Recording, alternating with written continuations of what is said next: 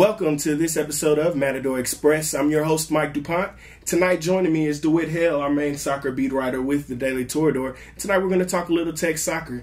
Dawit, what is the feeling you've got about the games coming up this weekend? I know you've talked with Coach Stone and several of the players. So what is the buzz? What is the buzz going around right now with the Red Raiders soccer team? The team is very anxious to get over the last loss with Long Beach State. Coach Tom Stone said there was plenty of discussions, and he feels that the team is very ready to go at it this Friday and Sunday. And I remember earlier you were talking to me a little bit about the passing and what we can expect with Cal State, Northridge, and Fullerton both being passing adept teams. Can you speak a little bit about that? Tom Stone also told me that a lot of California teams, they're very comfortable with possession and passing the ball over and over again to one another because they understand that if whoever has the ball the most has the best chances at getting goals. And everybody's familiar with the Janine Beckys and the Haile Hagsmas. Who are some players that you've been noticing that may be flying under the radar early in the season? This past Labor Day weekend, Maddie Crabtree impressed me a whole bunch. She scored 2 of her first goals in her career and also got her first assist on Strahan's first goal of the season. She's shown a lot of patience and just a little knack for the ball and getting it in the right places at the right times. And I noticed that among the Big 12, the Red Raiders, I believe they ranked second in goals scored, second in shots. I think they're third in goals allowed. What do you think is so special about this Tech defense that allows them to perform at such a high level? This Tech defense has 2 seniors and a junior at the goalie position. That's the number one thing you want at on the defensive side, just experience and just players that can keep calm whenever things get a little bit rocky.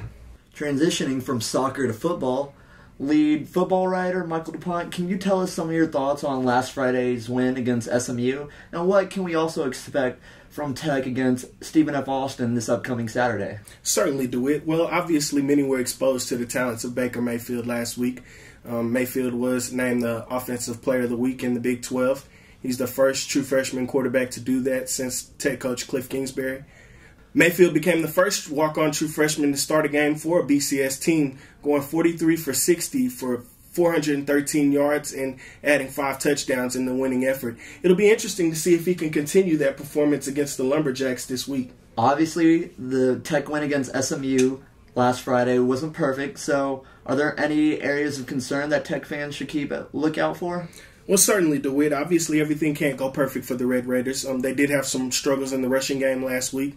Tech rushed for 48 yards on 27 carries. They were able to rush for a touchdown, but they only averaged 1.8 yards per carry. So look for that to change this week against the Lumberjacks. Last week, Weber State rushed for 315 yards against SFA. So maybe this game will be exactly what Tech needs to get the ball rolling and get them ready for the game next week against TCU. There are obviously also some injury issues.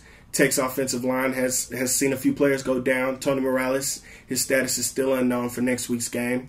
Bo Carpenter went down last week against SMU. We expect to not see him this week, but you never know. Hopefully he'll be ready to go by TCU. Aside from that, there really isn't too much cause for concern.